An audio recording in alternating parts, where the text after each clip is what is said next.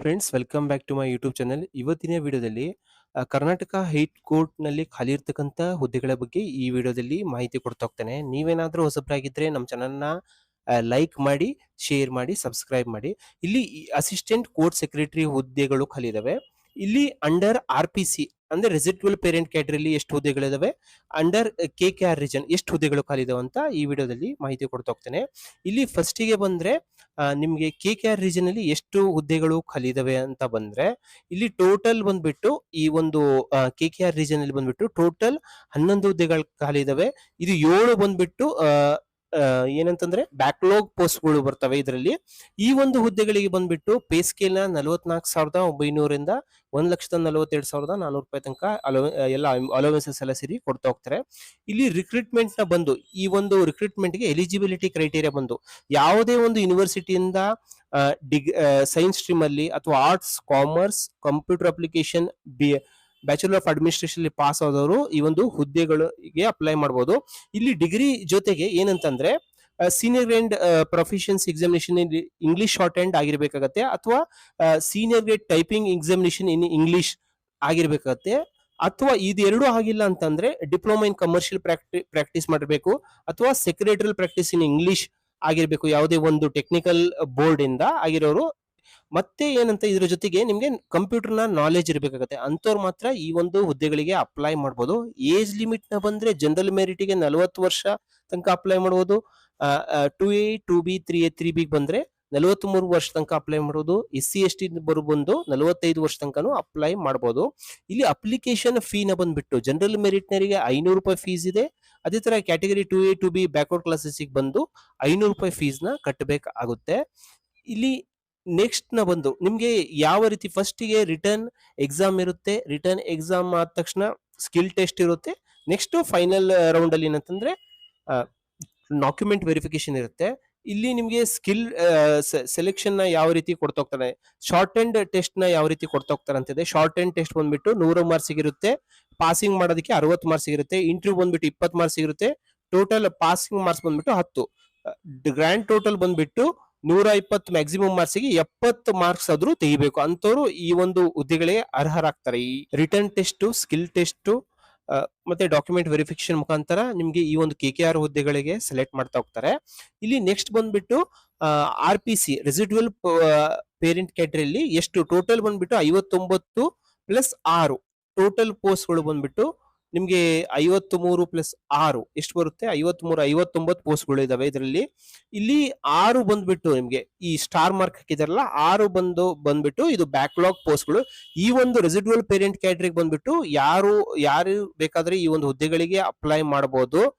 ಇಲ್ಲಿ ಇದು ಬಂದ್ಬಿಟ್ಟು ಪೇ ಸ್ಕೇಲ್ ಆಫ್ ಪೇ ಬಂದ್ಬಿಟ್ಟು ಇದನ್ನು ನಾನು ಹೇಳ್ದಂಗೆ 44,900 1,42,400 ರೂಪಾಯಿ ತನಕ ಕೊಡ್ತಾ ಹೋಗ್ತಾರೆ.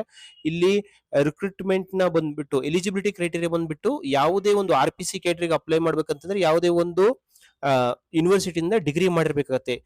ಕಾಮರ್ಸ್, ಸೈನ್ಸ್, ಆರ್ಟ್ಸ್ ಸ್ಟ್ರೀಮ್ ಇಂದ ಬಿಸ್ನೆಸ್ ಮ್ಯಾನೇಜ್ಮೆಂಟ್ ಅಥವಾ ಕಂಪ್ಯೂಟರ್ ಅಪ್ಲಿಕೇಶನ್ ಅಲ್ಲಿ ಬಿಸ್ನೆಸ್ ಅಡ್ಮಿನಿಸ್ಟ್ರೇಷನ್ ಮಾಡಿರೋರು ಅಪ್ಲೈ ಮಾಡಬಹುದು. ಇದ್ರ ಜೊತೆಗೆ ಏನಂತಂದ್ರೆ RPC ಕೇಟರಲ್ಲಿ senior grade proficiency examination English shorthand ಮಾಡಿರ್ಬೇಕಾಗತ್ತೆ.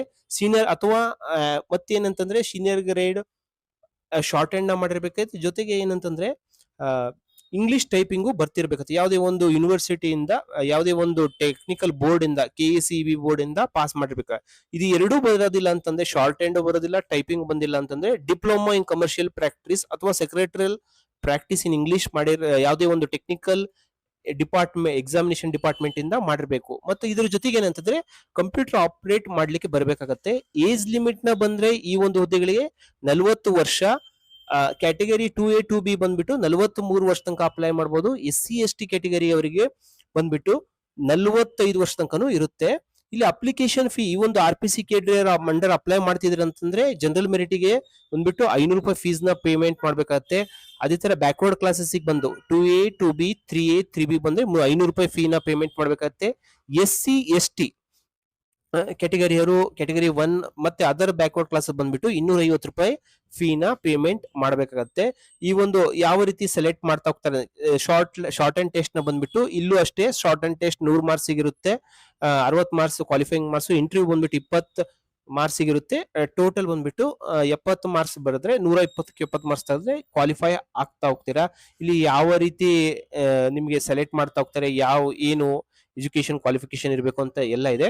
ಮತ್ತೆ ಇಲ್ಲಿ ಮುಂದೆ ಬಂದು ನೀವು ವೆಬ್ಸೈಟಿಗೆ ಬಂದಾಗ ಇಲ್ಲಿ ಯಾವ ರೀತಿ ಅಪ್ಲೈ ಮಾಡ್ಬೇಕಂತಂದ್ರೆ, ಅಂಡರ್ ನೀವು RPC ಕ್ಯಾಟಗರಿ ಬಂದ್ರೆ ಇಲ್ಲಿ ಯಾರು ಬೇಕಾದ್ರೂ ಅಪ್ಲೈ ಮಾಡೋದು. KKR ರೀಜನ್ ಅಂತಾನೆ ಏನಿಲ್ಲ. ಇಲ್ಲಿ ನೀವು ಅಪ್ಲೈ ಮಾಡಬೇಕಾದ್ರೆ ನೀವು ನೋಡಬಹುದು. ಇಲ್ಲಿ RPC ಕ್ಯಾಟಗರಿ ಅಂಡರ್ ಯಾರು ಬೇಕಾದ್ರೂ 59 ಹುದ್ದೆಗಳಿದಾವೆ. ಇಲ್ಲಿ ಯಾರು ಬೇಕಾದ್ರೂ ಅಪ್ಲೈ ಮಾಡಬಹುದು. ಅದೇ ತರ ಬಂದ್ರೆ ಇಲ್ಲಿ KKR ರೀಜನ್ ಅಲ್ಲಿ ಬಂದ್ರೆ ಇದ್ರಲ್ಲಿ ನಾನು ಹೇಳಿದಂಗೆ 7 ಎಷ್ಟು ಬ್ಯಾಕ್ಲಾಗ್ ಹುದ್ದೆಗಳು ಅಂತ ಹೇಳಿದೀನಿ. ಇಲ್ಲಿ ನಾನು KKR RPC ಅಂಡರ್ ಕ್ಯಾಟಗರಿನ ಹೇಗೆ ಅಪ್ಲೈ ಮಾಡೋದು ಅಂತ ಹೇಳ್ತಾ ಹೋಗ್ತೀನಿ. ಇಲ್ಲಿ ಫಸ್ಟ್ ನೀವು ಯಾವ ರೀತಿ ಇಲ್ಲೆಲ್ಲ ನೋಡ್ಕೋಬಹುದು. ಎಜುಕೇಶನ್ ಕ್ವಾಲಿಫಿಕೇಶನ್ ಎಲ್ಲ ಹೇಳಿದೀನಿ. ಇವೆಲ್ಲ ನೀವು ಆಗಿರ್ಬೇಕಾಗತ್ತೆ. ಇಲ್ಲಿ ಯಾವುದೇ ಒಂದು ಯೂನಿವರ್ಸಿಟಿಯಿಂದ ಡಿಗ್ರಿ ಆಗಿರ್ಬೇಕು, ಜೊತೆಗೆ ಯಾವುದೇ ಒಂದು short hand English short hand ಆಗಿರ್ಬೇಕು, ಅಥವಾ senior grade English short hand ಆಗಿರ್ಬೇಕು, ಅಥವಾ ಸೀನಿಯರ್ ಗ್ರೇಡ್ ಇಂಗ್ಲಿಷ್ ಟೈಪಿಂಗ್ ಆಗಿರ್ಬೇಕು. ಅಥವಾ ಇವೆಲ್ಲ ಆಗಿಲ್ಲ ಅಂತಂದ್ರೆ ಡಿಪ್ಲೊಮಾ ಇನ್ ಕಮರ್ಷಿಯಲ್ ಪ್ರಾಕ್ಟೀಸ್. ಎಲ್ಲಾ ಹುದ್ದೆಗಳಿಗೂ ಸೇಮ್ ಒಂದು ಸ್ಕಿಲ್ ರಿಕ್ವೈರ್ಮೆಂಟ್ ಇದೆ. ಅಥವಾ ಸೆಕ್ರೆಟರಿಯಲ್ ಪ್ರಾಕ್ಟೀಸ್ ಇನ್ ಇಂಗ್ಲಿಷ್ ಯಾವುದೇ ಒಂದು ಟೆಕ್ನಿಕಲ್ ಎಜುಕೇಶನ್ ಬೋರ್ಡ್ ಇಂದ ಆಗಿರ್ಬೇಕು. ನಾಲೆಜ್, ಕಂಪ್ಯೂಟರ್ ನಾಲೆಜ್ ಅಂತೂ ಇರಲೇಬೇಕು. ಇಲ್ಲಿ ಜಸ್ಟ್ ಏನಿಲ್ಲ, ಎರಡು ಹುದ್ದೆಗಳಿಗೂ ಇದೇ ತರದ ವೆಬ್ಸೈಟ್ ಲಿಂಕ್ ನ ಕೊಟ್ಟಿರ್ತೀನಿ ಸಪ್ರೇಟ್ ಆಗಿ. ನೀವು ಸಪ್ರೇಟ್ ಆಗಿ ವೆಬ್ಸೈಟ್ ಗೆ ಹೋಗಿ ಅಪ್ಲೈ ಮಾಡೋದು. ಇಲ್ಲಿ ಜಸ್ಟ್ ಏನಿಲ್ಲ, ಆನ್ಲೈನ್ ಅಪ್ಲಿಕೇಶನ್ ಅಂತ ಕ್ಲಿಕ್ ಮಾಡಬೇಕು. ಇಲ್ಲಿ ಎಲ್ಲ ಇನ್ಸ್ಟ್ರಕ್ಷನ್ಸ್ ನೆಲ್ಲ ಓದ್ಕೋಬೇಕಾಗತ್ತೆ. ಈ ಒಂದು ಹುದ್ದೆಗಳಿಗೆ ನೀವು ಲಾಸ್ಟ್ ಡೇಟ್ ನ ಬಂದ್ಬಿಟ್ಟು 15/4/2026 ಒಳಗಡೆ ಅಪ್ಲೈ ಮಾಡಬಹುದು. ಯಾವೆಲ್ಲ ಹುದ್ದೆಗಳು ಇಲ್ಲಿ ಚೆಕ್ ಬಾಕ್ಸ್ ಮೇಲೆ ಟಿಕ್ ಹಾಕ್ಬೇಕಾಗತ್ತೆ. ಅಪ್ಲೈ ಅಂತ ಕ್ಲಿಕ್ ಮಾಡ್ಬೇಕಾಗತ್ತೆ. ಇಲ್ಲಿ ನೋಡ್ರಿ, ಕೋರ್ಟ್ ಸೆಕ್ರೆಟರಿ RPC ಅಂತ ಬರ್ತಿದೆ. ಇಲ್ಲಿ RPC ಅಂಡರ್ ಕ್ಯಾಟಗರಿ ಮಾಡಿದ್ರೆ, ಅಥವಾ KKR ರೀಜನ್ ಮಾಡಿದ್ರೆ ಇಲ್ಲಿ KKR ಕಲ್ಯಾಣ ಕರ್ನಾಟಕದವರು ಅಪ್ಲೈ ಮಾಡ್ತೀರಿ, ಹೈದರಾಬಾದ್ ಕರ್ನಾಟಕದವರು ಅಂತಂದು ಇಲ್ಲಿ ತೋರಿಸುತ್ತೆ. ನೀವು ಕ್ಲಿಕ್ ಮಾಡಿದಾಗ ಇಲ್ಲಿ SSLC ಮಾರ್ಕ್ಸ್ ಕಾರ್ಡ್ ಪ್ರಕಾರ ಫುಲ್ ನೇಮ್ ನ ಟೈಪ್ ಮಾಡ್ಬೇಕಾಗತ್ತೆ. ಫಾದರ್ಸ್ ನೇಮ್ ನ ತುಂಬಬೇಕಾಗತ್ತೆ. ಒಂದ್ಸತಿ ಮದರ್ಸ್ ನೇಮ್ ನ ತುಂಬಬೇಕಾಗತ್ತೆ. ಜೆಂಡರ್ ಯಾವ್ದು, ಮೇಲು ಫಿಮೇಲು ಏನಂತ ತುಂಬಬೇಕಾಗತ್ತೆ. ಡೇಟ್ ಆಫ್ ಬರ್ತ್ ನ ತುಂಬಬೇಕಾಗತ್ತೆ. ಇಲ್ಲಿ ನೀವು ಡೇಟ್ ಆಫ್ ಬರ್ತ್ ತುಂಬಿದ್ರೆ ಎಷ್ಟು ವರ್ಷ ಅಂತ ತೋರಿಸ್ತಾ ಹೋಗುತ್ತೆ. ಇಲ್ಲಿ ನೋಡ್ರಿ, ಇಲ್ಲಿ ಅಪ್ಲೈ ಮಾಡಬೇಕಾದ್ರೆ ನೀವು ಯಾವ ಸೆಕ್ಷನ್ ಗೆ ಅಪ್ಲೈ ಮಾಡ್ತಿದ್ದೀರಲ್ಲ, ಇಲ್ಲಿ KKR ಅಂತ ತೋರಿಸ್ಬಿಡುತ್ತೆ ನಿಮಗೆ. KKR ಅಂಡರ್ ಸೆಕ್ಷನ್ ಅದು ಆಟೋಮೆಟಿಕ್ ಸೆಲೆಕ್ಟ್ ಆಗ್ಬಿಡುತ್ತೆ. KKR ಅಂಡರ್ ಸೆಕ್ಷನ್ ಇಲ್ಲಿ RPC ಕ್ಯಾಟಗರಿ ಬಂದ್ರೆ ಇಲ್ಲಿ ಆಟೋಮೆಟಿಕ್ ಆಗಿ ಸೆಲೆಕ್ಟ್ ಆಗ್ಬಿಡುತ್ತೆ. ಇಲ್ಲಿ ಯಾವೊಂದು ಕ್ಯಾಟಗರಿ ಅವರು ಇದ್ದೀರಾ, GM ಇದೆ, SC ST ಕ್ಯಾಟಗರಿ 1 ಕ್ಯಾಟಗರಿ 2 ಯಾವ್ದು ಬರುತ್ತೆ ನಿಮ್ಮ ಅದನ್ನ ಸೆಲೆಕ್ಟ್ ಮಾಡಿ. ಇಲ್ಲಿ ಸರ್ಟಿಫಿಕೇಟ್ ನಂಬರ್, ನಿಮ್ಮ ಇನ್ಕಮ್ ಸರ್ಟಿಫಿಕೇಟ್ ನಂಬರ್ ನ ಇಲ್ಲಿ ಡೇಟ್ ಆಫ್ ಸರ್ಟಿಫಿಕೇಟ್ ಯಾವ ಒಂದು ಡೇಟ್ ಅಲ್ಲಿ ನಿಮ್ಗೆ ಒಂದು ಇನ್ಕಮ್ ಸರ್ಟಿಫಿಕೇಟ್ ನ ಇಶ್ಯೂ ಮಾಡಿದ್ದಾರೆ. ರೂರಲ್ ಇದ್ರೆ ರೂರಲ್ ನ ರಿಸರ್ವೇಶನ್ ಬರ್ತಾ ಹೋಗುತ್ತೆ, ಅದರ ಡೇಟ್ ಆಫ್ ಸರ್ಟಿಫಿಕೇಟ್ ನಂಬರ್ ನ ಹಾಕ್ಬೇಕತ್ತೆ. ಬೆಂಚ್ ಮಾರ್ಕ್ ಡಿಸಬಿಲಿಟಿ ಇದ್ರೆ ಅದ್ರ ಒಂದು ಸರ್ಟಿಫಿಕೇಟ್ ನಂಬರ್ ನ, ಯಾವ ತರದ ಡಿಸೆಬಿಲಿಟಿ ಇದೆ ಅಂತಂದು, ನೀವು ಆಟಿಸಮ್ ಇದೆನಾ ಏನಿದೆ ಅಂತಂದು ಅದನ್ನ ಟಿಕ್ ಮಾಡ್ಬೇಕಾದ್ರೆ ಇದ್ರೆ ತುಂಬಬೇಕಾಗತ್ತೆ. ರೂರಲ್ ಸರ್ಟಿಫಿಕೇಟ್ ಇದ್ರೆ ಮಾತ್ರ ರೂರಲ್ ಟಿಕ್ ಮಾಡಿ. ಕನ್ನಡ ಮೀಡಿಯಂ ಇದ್ರೆ ಕನ್ನಡ ಮೀಡಿಯಂ ತುಂಬಿ. ಇಲ್ಲಿ ಡಿಸ್ಪ್ಲೇಸ್ ಫ್ರಮ್, ಇಲ್ಲಿ ನಿರಾಶ್ರಿತ ಸರ್ಟಿಫಿಕೇಟ್ ಅಂತ ಬರುತ್ತೆ, ಅದು ಪ್ರಾಜೆಕ್ಟ್ ಡಿಸ್ಪ್ಲೇಸ್ ಪರ್ಸನ್ ಅಂತ ಅದು ಸರ್ಟಿಫಿಕೇಟ್ ಇದ್ರೆ ಅದು ಇದು ಒಂದು ಕ್ಲಿಕ್ ಮಾಡಿ ಇದೊಂದು ಸರ್ಟಿಫಿಕೇಟ್ ನಂಬರ್ ನ ತುಂಬಿ. ಎಕ್ಸ್ ಸರ್ವಿಸ್ ಮ್ಯಾನ್ ಇದ್ರೆ ಇಲ್ಲಿ ಎಕ್ಸ್ ಸರ್ವಿಸ್ ಮ್ಯಾನ್ ಡೀಟೇಲ್ಸ್ ನ ಎಷ್ಟು ವರ್ಷ ಸರ್ವಿಸ್ ಮಾಡಿದೀರಾ, ಯಾವ ಒಂದು ಡೇಟ್ ಅಲ್ಲಿ ನೀವು ಡ್ಯೂಟಿಯಿಂದ ಡಿಸ್ಚಾರ್ಜ್ ಆಗಿದ್ದೀರಾ ಅಂತಂದು. ಮ್ಯಾರಿಟಲ್ ಸ್ಟೇಟಸ್, ಮ್ಯಾರಿಡ್ ಇದ್ರೆ ಇಲ್ಲಿ ಮ್ಯಾರಿಡ್ ಇದ್ರೆ ಇದೀರಾ ಜುಡಿಷಿಯಲ್ ಸಪರೇಟೆಡ್ ಏನು ಅಂತ ನೀವೆಲ್ಲ ಆಪ್ಷನ್ಸ್ ಬರ್ತಾ ಹೋಗುತ್ತೆ. ಅನ್ಮ್ಯಾರಿಡ್ ಇದ್ರೆ ಇಲ್ಲಿ ಯಾವ ರೀತಿ ಅಂತ ಇಲ್ಲಿ ಆಪ್ಷನ್ಸ್ ಬರ್ತಾ ಹೋಗುತ್ತೆ, ಸೆಲೆಕ್ಟ್ ಮಾಡ್ತಾ ಹೋಗ್ರಿ. ಇಲ್ಲಿ ಮ್ಯಾರಿಡ್ ಇದ್ರೆ ಇಲ್ಲಿ ನೋಡ್ರಿ, ಇಲ್ಲಿ ಮ್ಯಾರಿಡ್ ಇದ್ರೆ ನಿಮ್ಮ ಗಂಡ ಇದ್ರೆ ಇಲ್ಲಿ ಅಪ್ಲೈ ಮಾಡ್ತಿರೋರು ಹಸ್ಬೆಂಡ್ ಇದ್ರೆ ಹೆಂಡತಿ ಹೆಸರು ತುಂಬ್ರಿ. ಹೆಂಡತಿ ಅಪ್ಲೈ ಮಾಡ್ತಿದ್ರೆ ಹಸ್ಬೆಂಡ್ ಹೆಸರು ತುಂಬ್ರಿ ಮ್ಯಾರಿಡ್ ಇದ್ರೆ. ಇಲ್ಲಿ ಸಿಟಿಜನ್ ಇಂಡಿಯನ್ನೇ ಬರೋದು, ಬೇರೆ ಯಾವ ಒಂದು ಸಿಟಿಜನ್ ಅಪ್ಲೈ ಮಾಡೋದಕ್ಕೆ ಬರೋದಿಲ್ಲ. ಪ್ರೆಸೆಂಟ್ ಅಡ್ರೆಸ್ ನ ತುಂಬಬೇಕಾಗತ್ತೆ. ಏರಿಯಾನ ಯಾವ್ದು ಇದೆ ತುಂಬಬೇಕು. ಸ್ಟೇಟ್ ಯಾವ್ದು, ಡಿಸ್ಟ್ರಿಕ್ಟ್ ಯಾವ್ದು, ತಾಲೂಕ್ ಯಾವ್ದು.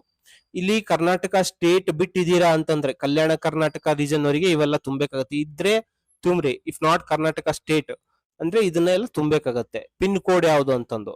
ಇಲ್ಲಿ ಪರ್ಮನೆಂಟ್ ಅಡ್ರೆಸ್ ನ same, permanent address present address same ಇತ್ತಂದ್ರೆ ಎಸ್ ಅಂತ ತುಂಬಿದ್ರೆ ಎಲ್ಲ ಆಟೋಮೆಟಿಕ್ ಆಗಿ ಏನ್ ತುಂಬಿರ್ತಾರೋ ಅದೆಲ್ಲ ಇಲ್ಲಿ ಆಟೋಮೆಟಿಕ್ ಫೆಚ್ ಅಪ್ ಆಗ್ತಾ ಹೋಗುತ್ತೆ. ಇಲ್ಲಿ ಇದೇ ತರ ನಾನು ಹೇಳ್ದಂಗೆ ಬೇರೆ ಕರ್ನಾಟಕ ಸ್ಟೇಟ್ ಇಲ್ಲ ಬೇರೆ ಡಿಸ್ಟ್ರಿಕ್ಟ್ ಇಂದ ಇದ್ರೆ ಇದನ್ನ ಡಿಸ್ಟ್ರಿಕ್ಟ್ ಯಾವ್ದು, ತಾಲೂಕ್ ಯಾವ್ದು, ಪಿನ್ ಕೋಡ್ ಯಾವ್ದು ಅಂತ ತುಂಬಬೇಕು. ಇಲ್ಲ ಅಂದ್ರೆ ತುಂಬಕೋಬೇಡಿ. ಮೊಬೈಲ್ ನಂಬರು, ಲ್ಯಾಂಡ್ಲೈನ್ ನಂಬರ್ ಹಂಗೆ ಬಿಡಿ. ರೆಡ್ ಮಾರ್ಕ್ಸ್ ಎಲ್ಲ ಏನ್ ತುಂಬಿರೋದು ಇದೆಲ್ಲ ಅವೆಲ್ಲ ಕಂಪ್ಲೀಟ್ ಆಗಿ ತುಂಬಬೇಕು. ಇಮೇಲ್ ಐಡಿ ಮಾತ್ರ ಕರೆಕ್ಟ್ ಆಗಿ ತುಂಬೇ ಇರ್ರಿ. ಇಲ್ಲಿ weather the applicant is state, ಇಲ್ಲಿ ಕೆಲಸ ಮಾಡ್ತಿದಾರೆ ಯಾವ್ದಾದ್ರು ಸ್ಟೇಟ್ ಗೌರ್ಮೆಂಟ್ ಕೆಲಸದಲ್ಲಿ ಅಂತಂದು ಇಲ್ಲಿ ಎಸ್ ಇದ್ರೆ ಎಸ್ ತುಂಬ್ರಿ, ಇಲ್ಲ ಅಂದ್ರೆ ಇಲ್ಲ. ಇಲ್ಲಿ ಎಸ್ ಇದ್ರೆ ಎಲ್ಲ ಡೀಟೇಲ್ಸ್, ಎಷ್ಟು ವರ್ಷ ಮಾಡ್ತಿದ್ರಿ, ಎಷ್ಟು ತಿಂಗಳಿಂದ ಮಾಡ್ತಿದ್ರಿ ಅಂತಂದು, ಯಾವುದೇ ತರದ ಡಿಪಾರ್ಟ್ಮೆಂಟಲ್ ಎನ್ಕ್ವೈರಿ ಇದೆನಾ, ನಿಮಗೆ ಯಾವುದೇ ತರ ಕೇಸ್ ಗೀಸ್ ಇದೆನಾ, ಪೆನಾಲ್ಟಿ ಇದೆನಾ ಅಂತಂದು ಕೇಳ್ತಿದೆ. ಇಲ್ಲಿ ನೋ ಅಂತಾನೆ ತುಂಬಿ, ಇಲ್ಲಿ ಎಸ್ ಇದ್ರೆ ಮತ್ತೆ ಏನಂತ ಅದನ್ನೆಲ್ಲ ತುಂಬಬೇಕಾಗತ್ತೆ. Whether the applicant is was a part to civil crime, no ಅಂತಾನೆ ತುಂಬಿ. ಇಲ್ಲಿ ಚೆಕ್ ಬಾಕ್ಸ್ ಮೇಲೆ ಟಿಕ್ ಮಾಡಿ ಇಲ್ಲಿ ಪ್ರಿವ್ಯೂ ಕೊಟ್ರೆ ನಿಮ್ಮ ಅಪ್ಲಿಕೇಶನ್ ಎಲ್ಲ ನೋಡ್ಕೋಬೇಕು, ತುಂಬಿರೋದೆಲ್ಲ ಬರ್ತಾ ಹೋಗುತ್ತೆ. ನೀವು ಪ್ರಿವ್ಯೂ ಕೊಟ್ಟಾಗ ಈ ತರ ಬರ್ತಾ ಹೋಗುತ್ತೆ, ಎಲ್ಲ ಕರೆಕ್ಟ್ ಆಗಿದೆ ಅಂತ ಚೆಕ್ ಬಾಕ್ಸ್ ಮೇಲೆ ಎಲ್ಲ ಟಿಕ್ ಮಾಡ್ಕೊಂತ ಹೋಗ್ಬೇಕಾಗತ್ತೆ. ಕ್ಯಾಟಗರಿ ಯಾವುದು, ಡೇಟ್ ಆಫ್ ಬರ್ತ್ ಯಾವುದು, ಇವನ್ನೆಲ್ಲ ಟಿಕ್ ಮಾಡಿ, ಟಿಕ್ ಮಾಡಿದ ತಕ್ಷಣ ಇಲ್ಲಿ ಇಲ್ಲಿ ಏನಂತಂದ್ರೆ ಇವೆಲ್ಲ ಬರ್ತಾ ಹೋಗುತ್ತೆ. ಟೆಕ್ಸ್ಟ್ ನ ಎಲ್ಲ ಕರೆಕ್ಟ್ ಇದ್ರೆ ಚೆಕ್ ಬಾಕ್ಸ್ ಮೇಲೆ ಟಿಕ್ ಮಾಡಿ ಸೇವ್ ಅಂಡ್ ಕಂಟಿನ್ಯೂ ಕೊಡ್ಬೇಕಾಗತ್ತೆ. ಇಲ್ಲಿ ಸೇವ್ ಅಂಡ್ ಕಂಟಿನ್ಯೂ ಕೊಟ್ಟಾಗ ಯಾವ ಒಂದು ಹುದ್ದೆಗಳಿಗೆ ಅಪ್ಲೈ ಮಾಡಿದ್ದೀರಾ, ಏನು ಒಂದು ಒನ್ ಟೈಮ್ ಪಾಸ್ವರ್ಡ್ ಬರುತ್ತೆ, ಅದನ್ನ ಹಾಕಿ ಕ್ಯಾಪ್ಚಾನ ಹಾಕಿ ಸಬ್ಮಿಟ್ ಕೊಡ್ಬೇಕಾಗತ್ತೆ. ಇಲ್ಲಿ ಕ್ವಾಲಿಫಿಕೇಶನ್ ನ ನೀವು ಆಡ್ ಮಾಡ್ಬೇಕಾಗತ್ತೆ. ನಾನು ಈ ಒಂದು ಹುದ್ದೆಗಳಿಗೆ ಹೇಳ್ದಂಗೆ ಡಿಗ್ರಿನ ಆದವ್ರು ಮಾತ್ರ ಈ ಒಂದು ಹುದ್ದೆಗಳಿಗೆ ಅಪ್ಲೈ ಮಾಡಬಹುದು. ಈ ಕ್ವಾಲಿಫಿಕೇಶನ್ ನ ಬೋರ್ಡ್ ಯಾವುದು, ರೋಲ್ ನಂಬರ್ ಯಾವುದು, ಯಾವ ಒಂದು ವರ್ಷದಲ್ಲಿ ಪಾಸ್ ಮಾಡಿದಿರಾ, ಇವನ್ನೆಲ್ಲ ಡೀಟೇಲ್ಸ್ ನ ಆಡ್ ಮಾಡ್ಕೊಂತ ಹೋಗ್ಬೇಕಾಗತ್ತೆ. ನೆಕ್ಸ್ಟ್ ಏನಂತಂದ್ರೆ ಇಲ್ಲಿ ಸೇವ್ ಅಂಡ್ ಕಂಟಿನ್ಯೂ ಕೊಡ್ಬೇಕಾಗತ್ತೆ. ಇಲ್ಲಿ ನಿಮ್ಮ ಪಾಸ್ಪೋರ್ಟ್ ಸೈಜ್ ಫೋಟೋನ ಅಪ್ಲೋಡ್ ಮಾಡ್ಬೇಕತ್ತೆ. 50 KB ಒಳಗಡೆ ಇದೆ, ಅದನ್ನ ಅಪ್ಲೋಡ್ ಮಾಡ್ಬೇಕತ್ತೆ. ಅಪ್ಲಿಕೆಂಟ್ ಸಿಗ್ನೇಚರ್ ನ ನೀವು ಅಪ್ಲೋಡ್ ಮಾಡ್ಬೇಕತ್ತೆ. ಇಲ್ಲಿ ಸಬ್ಮಿಟ್ ಕೊಡ್ಬೇಕಾಗತ್ತೆ. ಇಲ್ಲಿ ನೆಕ್ಸ್ಟ್ ಏನಂತಂದ್ರೆ ನಿಮ್ಮ ಅಪ್ಲಿಕೇಶನ್ ತುಂಬಿರ್ತಕ್ಕಂಥ ಅಪ್ಲಿಕೇಶನ್ ನ ಪ್ರಿಂಟ್ ತಗೋಬೇಕಾಗತ್ತೆ.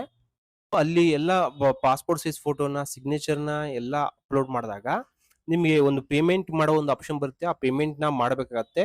ಪೇಮೆಂಟ್ ಮಾಡಿದ ತಕ್ಷಣ 250 ರೂಪಾಯಿ ಫೀನ, ನಾನು ಹೇಳ್ದಂಗೆ SC ST ಕ್ಯಾಟಗರಿ 1 ಅವರಿಗೆಲ್ಲ 250 ರೂಪಾಯಿ ಫೀಸ್ ಇದೆ.